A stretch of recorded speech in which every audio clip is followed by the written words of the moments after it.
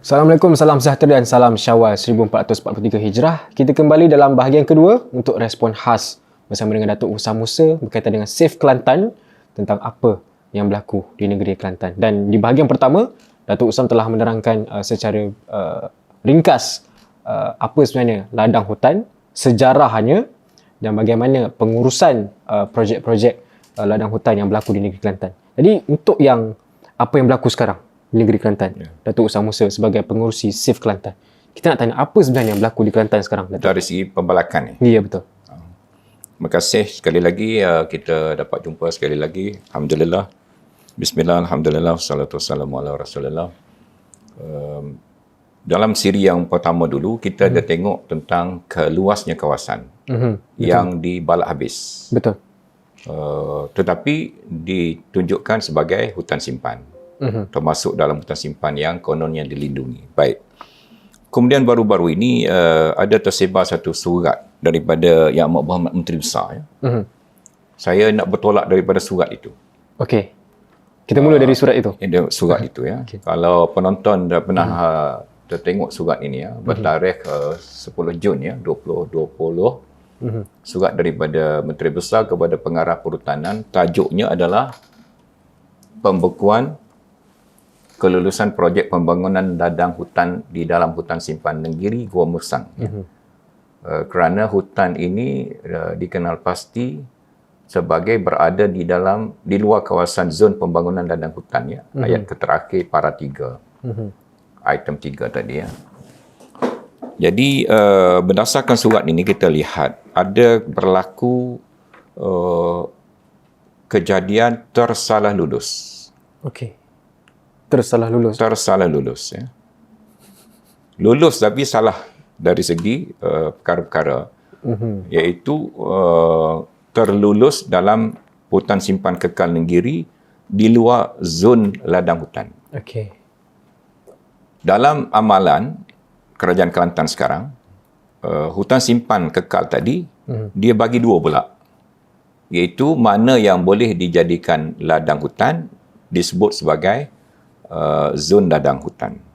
Mana yang tak boleh jadi ladang hutan tidak dimasukkan sebagai zon ladang hutan. Tiba-tiba Jawatan Kuasa Kecil Perhutanan yang dipengurusikan oleh MB sendiri ya, pada tahun 2019 telah meluluskan 15,000 ekar untuk syarikat-syarikat tebang balak habis untuk buat ladang dalam hutan simpan. Tiba-tiba 2 tahun kemudian, setahun kemudian, 2019, kemudian Jun 2020, Menteri Besar sedar, ini dah tersalah lulus. Ini tempat bukan zon ladang hutan. Setahun kemudian dia sedar, dia pun cepat-cepat buat surat. Barulah keluar surat ni. Keluarlah surat 10 Jun 2020 kepada Pengarah Hutan, tolong bekukan semua aktiviti tebang balak, buat kebun, kerana ini bukan zon ladang hutan. Kan lucu kan? 15,000 ekar ni boleh tersalah lulus. Adakah pengarah Jabatan Hutan ni dia tak ada peta, dalam fail dia tak ada maklumat? Tapi ada satu baru yang dikeluarkan oleh Sinar Harian, tarikh pada Januari 2022. Menteri Besar mengatakan pembalakan dan penolakan haram di Kelantan tidak serius. Bagaimana respon Datuk Usam? Yalah, bila dah tak serius maknanya hutan tu baiklah. Hutan tu banyak balak. Dan tersalah lulus kepada kawan-kawan yang meminta ni, yang memohon ya. Macam mana di pejabat hutan tu ni, kita abad ke-21 kan. You ada komputer, you ada database, boleh tersalah lulus. You ada file-file, ada peta-peta, ada pelan-pelan. Ini zon hutan, ini bukan zon hutan. Macam mana sampai 15,000 ekar boleh lulus? Lepas tu dah tebang balak 1 tahun. Balak dah tebang 1 tahun ya. Tebang dah habis balak 1 tahun. Ada juga yang belum tebang. Yang slow sikit, nak cari pelabur, cari modal, belum tebang. Yang cergas, dah cukup alat, terus masuk tebang. Kemudian bila dah tebang, baru sedar ini salah lulus ni. Ya. Maka keluarlah surat pembekuan. Daripada surat pembekuan ini 10 Jun 2020, kita di STIF Kelantan bagi pihak rakyat Kelantan ya. Kita tak dapat untung apa ni. Kalau kita protect hutan ni, kita tak dapat satu sen pun. Orang marah kita ada. Toke-toke mesti marah. Ya. Broker-broker mesti marah. Orang yang dapat untung daripada kelulusan ni memang tak suka kita. Dia akan marah kita habis-habis. Ya. Saya tahu kita akan berdepan dengan toke-toke, pihak-pihak pembalak yang rasa rugi kerana gerakan Selamatkan Kelantan. Tapi kita ni, siapa lagi kita nak harap untuk betulkan benda ni? Tapi Datuk, ada juga pihak mengatakan Kelantan telah disekat kewangannya. Ya. Jadi satu-satunya sumber ataupun sumber terutama di Kelantan ialah balak. Jadi ada yang mengatakan apa salahnya mereka potong balak untuk rakyat negeri. Tak bayar. Ya. Kalau bayar duit royalty tak mau yang membalak. Ini Pak Pandey punya teori. Okay. Kalau betul dia nak hasil, apa cara dia kena buat? Dia kena tenderkan. Okey. Ya. Dapatkan orang syarikat yang sanggup bayar lebih. Kalau balak situ banyak, maka tinggilah harga bayaran dia. Ini sama rata saja kecuali bayaran royalty balak tadilah. Jadi tender tidak pernah diamalkan. Ya. Dulu-dulu masa kita nak ambil alih kerajaan daripada UMNO, Barisan Nasional tahun 1990, Manifesto PAS adalah mengamalkan pembalakan dan pelembungan secara tender terbuka. Mula-mula Tok Guru jadi MB, kita amalkan tender secara terbuka. Dan saya salah seorang penceramah PAS. Saya pergi seluruh negara, saya buat kenyataan, saya buat ceramah. Lebihnya kerajaan PAS adalah kita laksanakan tender terbuka dalam balak, dalam lombong. Sekarang tak ada orang cakap dah tender terbuka. Pasal tak buat tender terbuka. Yang ada tender terbuka Negeri Sembilan di bawah kerajaan PH. Ya. Tahniah kepada MB Negeri Sembilan walaupun ni tak berkaitan ya. Tapi maknanya masih boleh buat tender terbuka. Tak dibuat tender terbuka. Tak ada lebihnya kerajaan Kelantan yang kononnya memperjuangkan Islam banding dengan kerajaan Negeri Sembilan yang tak sebut pun dia ada dasar Islam. Tender terbuka tak buat, maka manipulation boleh berlaku. Hutan yang tak miskin kata miskin. Penembangan tidak ada kawalan. Okey. Kebetulan sekarang ni menteri sumber asli yang jaga hutan ni adalah daripada PAS. Menteri alam sekitar yang jaga sungai, jaga pencemaran, jaga alam, jaga suhu, jaga apa ni daripada PAS ya. Bukan saya nak mengata PAS, tapi ini cabaran kepada PAS. Menteri dua-dua daripada PAS buat kerja tak senonoh, orang akan kata mana dasar Islam. Turun kepada menteri besar pun PAS. Jawatan kuasa pembalakan pun PAS. Yang mohon balak ni setengah PAS, setengah bukan, tak tahu inilah bukan Kelantan kan, non-Kelantanis. So, balik kepada surat tadi kan. Bila timbul masalah surat ni tersalah lulus, pembekuan berlaku, kita di Selamatkan Kelantan atau STIF Kelantan ni nak tahu. Adakah arahan pembekuan ini dipatuhi ataupun tidak? Ya.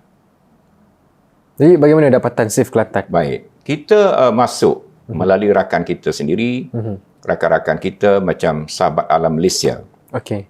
Dia masuk to the ground ya. Masuk to the ground, ke tapak, tengok sendiri. Dan hantar gambar-gambar, footage ya.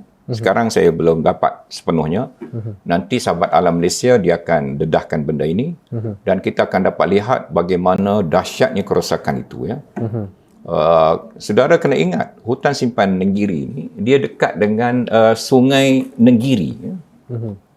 Sungai Nenggiri tu. Kalau saudara lihat sebelah kiri tu, yang nampak macam ular warna biru tu, sungai itu adalah Sungai Nenggiri ya.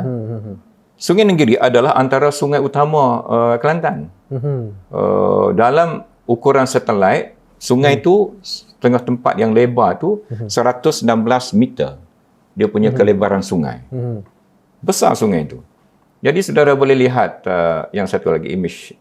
Saudara boleh lihat yang biru-biru tu adalah yang telah diteres jadi kebun. Ya, habis semua sekali.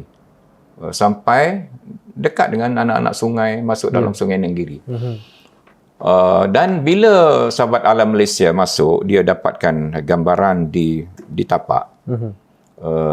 Kita melantik, Selamatkan Kelantan ni lantik satu konsultan yang ada kemahiran dalam satelit image dah berpuluh tahun, dan dia juga ada pengalaman sebagai pegawai perhutanan. Kita lantik dia, kita nak tahu dia 3 perkara. Kita nak tahu lepas surat pembekuan dikeluarkan, ada tak pembalakan berlaku.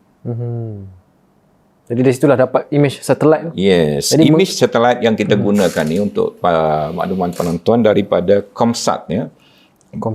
Comsat Korea Selatan, 3S image, dan juga data-data berdasarkan kepada topografi daripada satelit, ya. Jadi teknologi Comsat 3A daripada Korea ni adalah antara yang tercanggih dalam mengenal pasti tajuk-tajuk perhutanan, penggunaan tanah dan pelombongan. Daripada image ini kita lihat, untuk makluman yang Menteri Besar, saya pun belum hantar dia, to be fair lah. Saya baru menyiapkan memorandum untuk saya hantar pada dia. Makluman ini harap dia terima dengan baik, ya. Daripada image satelit yang boleh dipertanggungjawabkan ini, kerana certified oleh konsultan ini, disahkan oleh konsultan ini, maknanya kalau kita nak berdepan dengan media, nak berdepan dengan pihak autoriti, kita boleh bertanggungjawab dengan dapatan ini. Ada 9 kompartmen yang tengah membalap sekarang. Dah 9 kompartmen kedapatan. Dan untuk saudara Zam dapat maklum, ini image ini pada 30 hari bulan 3 2022. Ya. Baru lagi ni, March. Baru. So pembalakan masih berlaku di 9 tengah berlaku. Di kompartmen 1, kompartmen 17, kompartmen 45, 61, 42, 86, 78, 53, 46. Ada 9 kompartmen yang berlaku pembalakan sekarang. Iaitu 2 tahun selepas surat pembekuan dikeluarkan. Jadi tiada pematuhan sebenarnya. Tiada pematuhan kepada arahan pembekuan. MB tahu ke tak tahu, pengarah hutan tahu ke tak tahu, ranger hutan tahu ke tak tahu, tak mustahil Kerajaan Kelantan tahu ke tak tahu, mungkin tak mustahil sebab pernah tersalah lulus. Adun Kelantan tahu tak tahu, Ahli Parlimen Kelantan tahu tak tahu, Menteri Sumber Asli ambil berat tak ambil berat, Menteri Alam Sekitar ambil kisah tak ambil kisah. Ini persoalan dia. Daripada bawah sampai atas, level ataupun tahap ataupun tingkat pihak yang berautoriti, yang bertanggungjawab tu banyak. Jabatan Alam Sekitar kena tahu, GPS kena tahu, Ketua Jajahan kena tahu, Hutan Jajahan kena tahu, Hutan Negeri kena tahu. Banyak level tu. Mana dia orang semua ni pergi? Mentang-mentang kerajaan ni macam ni, take for granted, ingat boleh buat sesuka hati. Jadi sebab itulah kita terpanggil. Ini negeri kita. Dan kerosakan ekologi dan biodiversity, kekayaan kepelbagaian kehidupan akan gone forever. Akan musnah untuk selama-lamanya, sekurang-kurang dah hampir 600,000 ekar dan hanya segelintir yang dapat cari makan. Saudara Zam kena tanya saya pula, ataupun saya kena tolong jawab, berapa banyak pula yang dijadikan ladang? Tadi yang di Tebang Balak. Ya, betul. Yes. Yang dijadikan ladang pula, yang telah dijadikan ladang dalam keadaan dibekukan, ya. Beku ni. Daripada 45 kompartmen. 29 kompartmen. 29 kompartmen. Yang dijadikan ladang ada dalam table kita nanti, kita akan tunjukkan kepada penonton. Yang dah dijadikan ladang antara lain kompartmen 78, kompartmen 45, kompartmen 17, kompartmen 53, kompartmen 47, dah 56 lah kompartmen yang dah menjadi ladang. Sedangkan ini dibekukan. Ya. Betul. So untung tak saya? Walaupun arahan telah dikeluarkan. Beku pun saya boleh jalan terus. Ya. Lepas tu mungkin ada unsur-unsur di sini, unsur-unsur jenayah kan. Pasal ini dah kira pecah amanah, breach of trust dalam penal code. Ya. Saya harap macam badan polis, SPRM, dia kena siasat lah. Jadi di peringkat SAFE Kelantan, selain daripada orang kata meningkatkan hubungan dengan NGO, apa lagi yang Datuk lihat usaha yang sepatutnya bukan saja SAFE Kelantan tapi juga kesedaran kepada rakyat untuk dia isu macam ni mungkin rakyat mula-mula ni tak berapa nak sedar. Ya. Pasal kebanyakan orang Kelantan dia duduk di bandar di sebelah hilir Kelantan, ya, di Kelantan Utara kita panggil, ya. Ini jauh daripada rumah dia. Ini dalam hutan. Ya. Jadi dia tak perasan pun. Dia tak kisah. Tetapi orang dekat Kelantan Selatan dah mula rasa, ya. Kerana kawasan tadahan air mereka macam jajahan Kuala Kerai. Jajahan Kuala Kerai, air Kelantan Sdn Bhd, dia tak ada keupayaan bekalkan air. Ya? Padahal sungainya begitu banyak, sungainya cantik-cantik, jeram-jeramnya begitu banyak. Dan mereka, rakyat di Kelantan Selatan ni, dia bergantung kepada air tadahan yang kita panggil tandak. Dia takungkan air di atas bukit, pasang paip, dan air itu tak payah ditapis. Kerana air itu bersih. Allah Maha Pengasih, dia buat air pure. Raw water is pure. Bersih. Tak payah ni. Yang jadi kotor tu manusia, bukan gajah yang kotorkan air. Ya? Gajah berak pun 3-4 ketul tak kotor sungai tu. Tapi manusia yang merosakkan, sehingga di hilir Sungai Kelantan dia dah menjadi air yang tercemar. Sebab itu AKSB dia tak ambil air itu. Air Kelantan Sdn Bhd dia ambil air bawah tanah. Tetapi ada laporan-laporan terbaru, macam AKSB punya kenyataan sendiri yang terbaru, air bawah tanah di Kelantan, di kawasan Kelantan Utara ni, di musim kemarau dia dah surut 30 hingga 40% daripada kadar yang biasa. Tetapi belum ada pendedahan, belum ada kajian yang menyeluruh. Ya. Jika sekiranya ini berlaku, barulah rakyat tahu apa kesan dia. Di Ulu Kelantan ni pula, kawasan tandak mereka ini diluluskan untuk pembalakan. Bukan satu. Baru ni yang mula-mula kita dedahkan di Mengkebang, hutan simpan Sungai Durian. Namanya hutan simpan, tetapi lebih daripada 15,000 ekar hutan simpan Sungai Durian dah jadi kebun durian. Patutlah nama dia Sungai Durian kan. Jadi termasuk pemain badminton Cina tu, dia ada kebun Musang King di dalam hutan simpan Sungai Durian, sehingga orang kampung nak minum air tak boleh. Barulah rakyat situ sedar. Dan bila kita dedahkan 2 minggu lepas tu, konon-konon kerajaan Kelantan batalkan. Tetapi pertanyaan pertama, macam mana boleh lulus? Takkan tak tahu ini tempat orang tak ada air. Dan bukan satu tempat macam itu. Di Pasir Kelang di Kuala Kerai pun kena, di Cucuh Puteri A dan B pun kena. Ya, kompartmen-kompartmen yang dekat dengan tadahan air dibalak. Yang terbaru di hutan simpan kekal Batu Papan, hanya 4 km dari bandar Gua Musang, ya. Dan ada kolam air di situ. Kalau ranger naik, mesti dia nampak kolam air itu sebelum dia tanda sempadan mana kompartmen. Macam mana boleh lulus? Ya. Jadi Zam tanyalah saya kenapa dia terlulus. Ada satu dapatan dalam satu sidang media Datuk sebelum ni. Ya. Ada satu pendapat mengatakan, saya habiskan dulu. Okay, dia boleh. terlulus ni kerana pada saya, minta maaf ya, saya gunakan istilah ni. Saya bukan apa-apa. Minta MB pasukan Esko Kelantan buka minda kesedaran. Ya. Saya nak injek kesedaran. Saya nak gunakan ayat ini. Iaitu kerana ketagihan meluluskan hutan simpan ni, ketagihan itu dah tak boleh nak tahan dah. Habis kawasan lain, tadahan air pun diluluskan. Ya. Addicted. Dah ketagih. Dia yang bekukan dan dia jugalah yang dah ketagih. Tak boleh tahan dah. Hutan simpan untuk tadahan air ke, tak tadahan air ke, asal ada balak, lulus. So ada satu pendapat saya baca daripada satu sidang media Datuk sebelum ni di Kelantan yang mengatakan tanpa ladang macam mana kita nak tebus balik hutan yang telah kita bersihkan. Jadi menurut penyokong idea ni, dengan cara ni sajalah tekanan untuk menebang balak di hutan dara dapat dikurangkan. Ini apa pandangan Datuk? Dengan cara macam mana? Dengan cara maksudnya menurut penyokong idea tanpa ladang macam mana kita nak tebus balik hutan yang telah dibersihkan. Okey. Hutan ni dah lulus. Sekarang dah tebang balak. Sekarang nak baiki balik macam mana?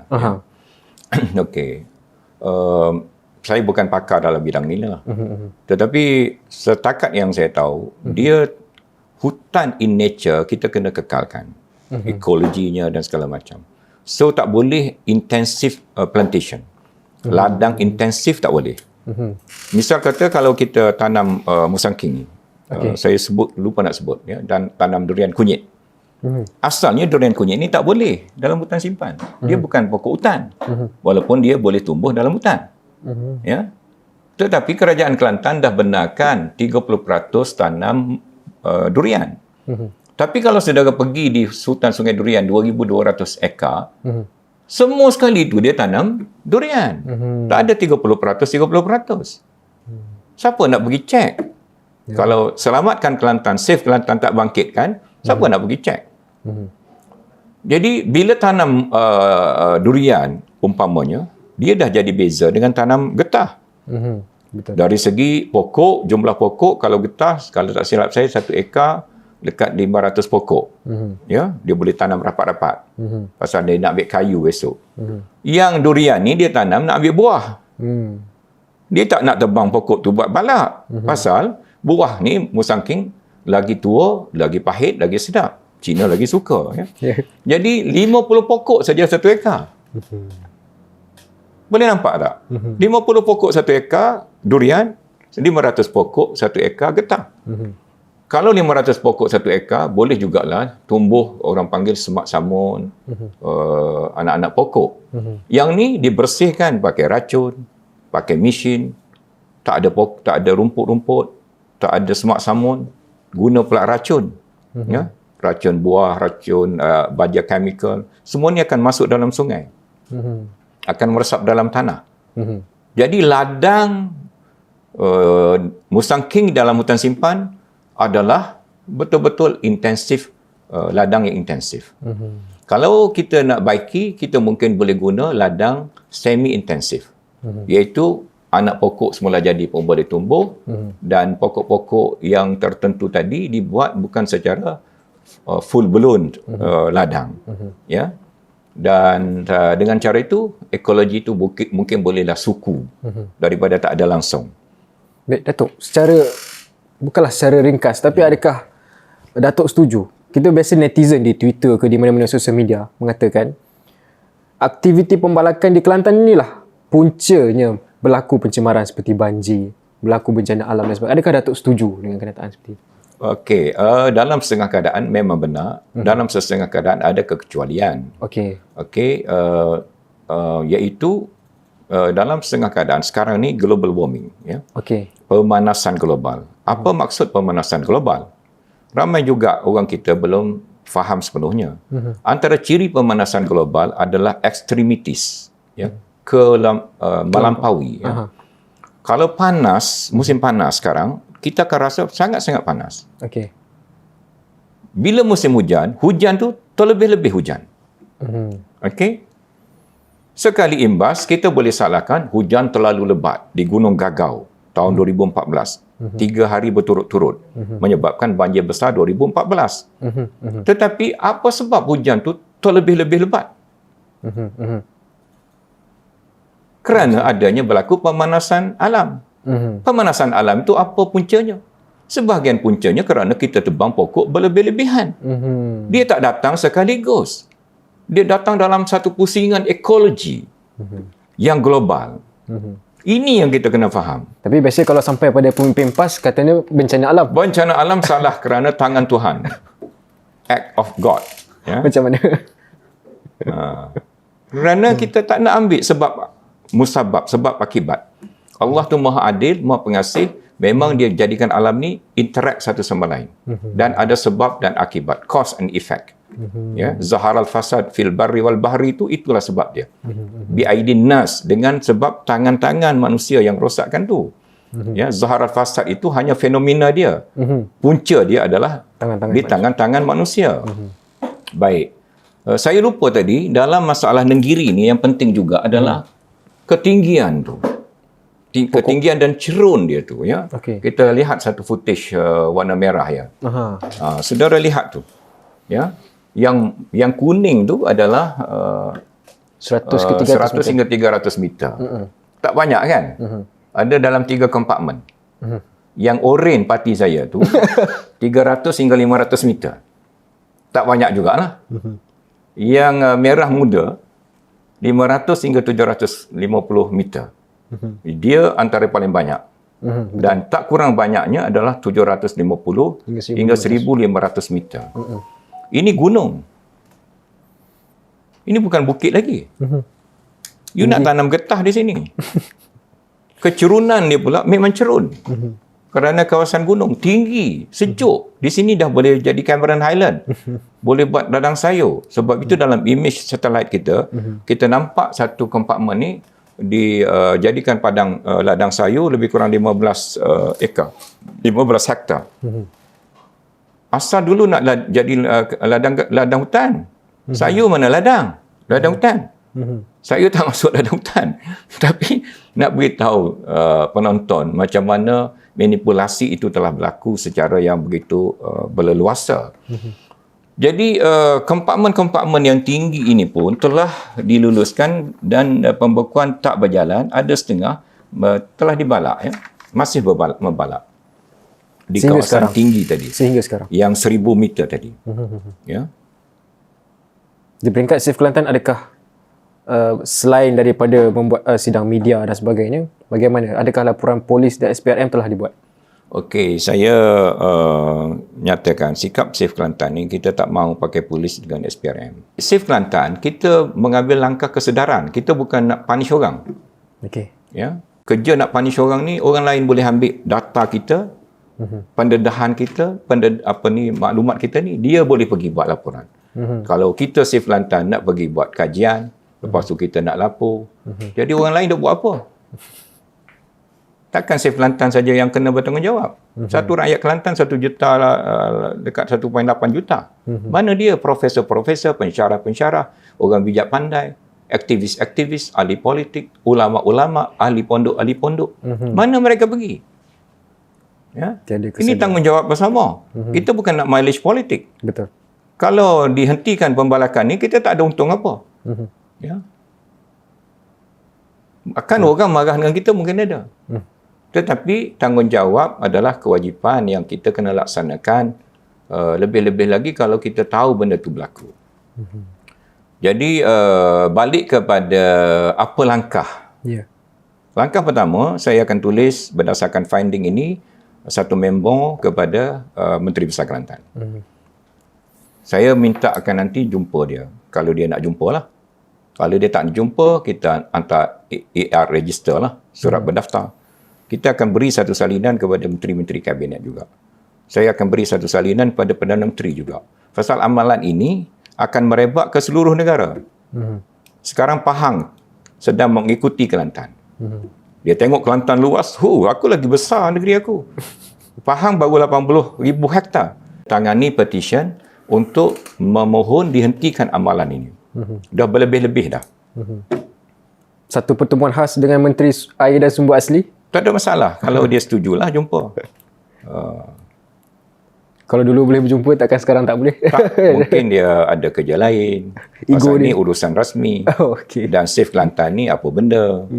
Badan kecil, tak ada status. Dia menteri kan. Sahabat Datuk juga dulu? Kalau sahabat jumpa atas kapal terbang, boleh cakap lah. Ini nak pergi jumpa menteri, lain cerita pula. Okey. Okay, kita nak tutup dengan soalan macam mana? Kita boleh cut. Okay. Dia apa move Safe Kelantan selepas ini lah? Tadi dah sebut langkah. Itu kan? Langkah dah sebut. Jumpa NB, jumpa menteri. Peringkat antarabangsa. Ya. Okey, boleh. Peringkat antarabangsa. apa Datuk nak buat selepas ini? Okey. Lagi, apa lagi yang Datuk nak buat selepas Azam tanya. Okey. Okey, kalau Datuk sebut tadi banyak yang berkisarkan dalam negara. Macam mana pula dalam kesedaran di peringkat antarabangsa? Ya. Apa langkah Save Kelantan? Okey, untuk pengetahuan penonton ya. Sebenarnya semua pergerakan pembalakan di seluruh dunia ni ada orang awasi ya. Okey. Dia panggil World Detector Deforestation, macam itulah lebih kurang ya. Nombor satu, kerajaan Kelantan dan lain-lain, kerajaan Malaysia juga kena faham. Negara barat, negara Korea, Jepun ni, dia dah develop sistem satellite di mana mereka boleh detect, boleh kesan. Ya, hutan kita berapa banyak bersih, berapa banyak telah ditebang. Bahkan jalan dalam hutan tu, jalan lama, baru buka jalan, Semua ada. dia boleh detect daripada minit ke minit, jam ke jam. Kita saja ingat, kita ni duduk dalam hutan, kita terbang senyap-senyap, orang tak tahu. Kita lulus senyap-senyap, kalau tak ada Save Kelantan, orang tak tahu. Bukan. Dunia memerhati kita. Sekarang ini, di negara barat, you tebang pokok, you kena fine. Ya? You tanam pokok, you dapat kredit. Okay? Awak bela lembu, lembu keluarkan gas, itu kena ada satu cukai kerana pengeluaran Yes. karbon Aha. yang boleh menyebabkan kepanasan suhu. Jadi tolonglah tahu benda ni dan reversekan. Kalau kita lebihkan hutan, kita dapat kredit. Ya. Kalau kita tebang hutan, kita akan kena satu masa macam kalau kita tanam sawit di tanah gambut, kita kena ban jual sawit kita di pasaran antarabangsa. Jadi sebab itu sebenarnya kita guna nama Save Kelantan. Supaya dalam isu pembalakan ini, kita boleh go global. Satu masa. Kalau kita kata selamatkan Kelantan, makcik-makcik kampung je lah. Tapi kalau Save Kelantan, insya-Allah satu masa dia akan International. tagline sekali dengan conservation hutan. Ya, pemeliharaan hutan, kecintaan kepada alam dan penjagaan ekologi dan biodiversity, insya-Allah. Ya, mungkin tak sempat dengan zaman saya. Tetapi kalau Save Kelantan ni berterusan hidup, kita boleh dapat geran dan perhatian antarabangsa untuk preservation hutan kita ya. Sebagai contoh yang kecil, kalau kerajaan Kelantan boleh belajar ya. Ada anak muda dia buat pengesanan laluan mat kilau. Oh. Daripada Taiping atau daripada mana sampai ke Raub ya. Dia lalu dalam hutan. Dalam tu dia jumpa macam-macam gua, air terjun dan lain-lain. Mat kilau juga dia pernah lalu dalam hutan simpan. Iaitu daripada Jerantut pergi ke Kuala Krai. Melalui tebing sungai Lebih. Sungai Lebih sekarang banyak yang tercemar kerana pelembungan. Saya nak beritahu, kalau kerajaan Kelantan hidupkan balik laluan mat kilau, dia boleh kutip duit. Hutan tu masih boleh terpelihara. Kalau kita pergi Sweden, dia ada Royal Track. Dia jadi sebagai pelancongan. Ya, dalam hutan simpan ya. So, kita berharap satu masa Save Kelantan boleh dapat bantuan dalam bentuk geran untuk kita hidupkan benda-benda ini di dalam rangka kita nak mempertahankan keutuhan hutan simpan kekal negeri Kelantan. Okey, demikian perkongsian daripada Datuk Usam Musa tentang Save Kelantan. Terima kasih.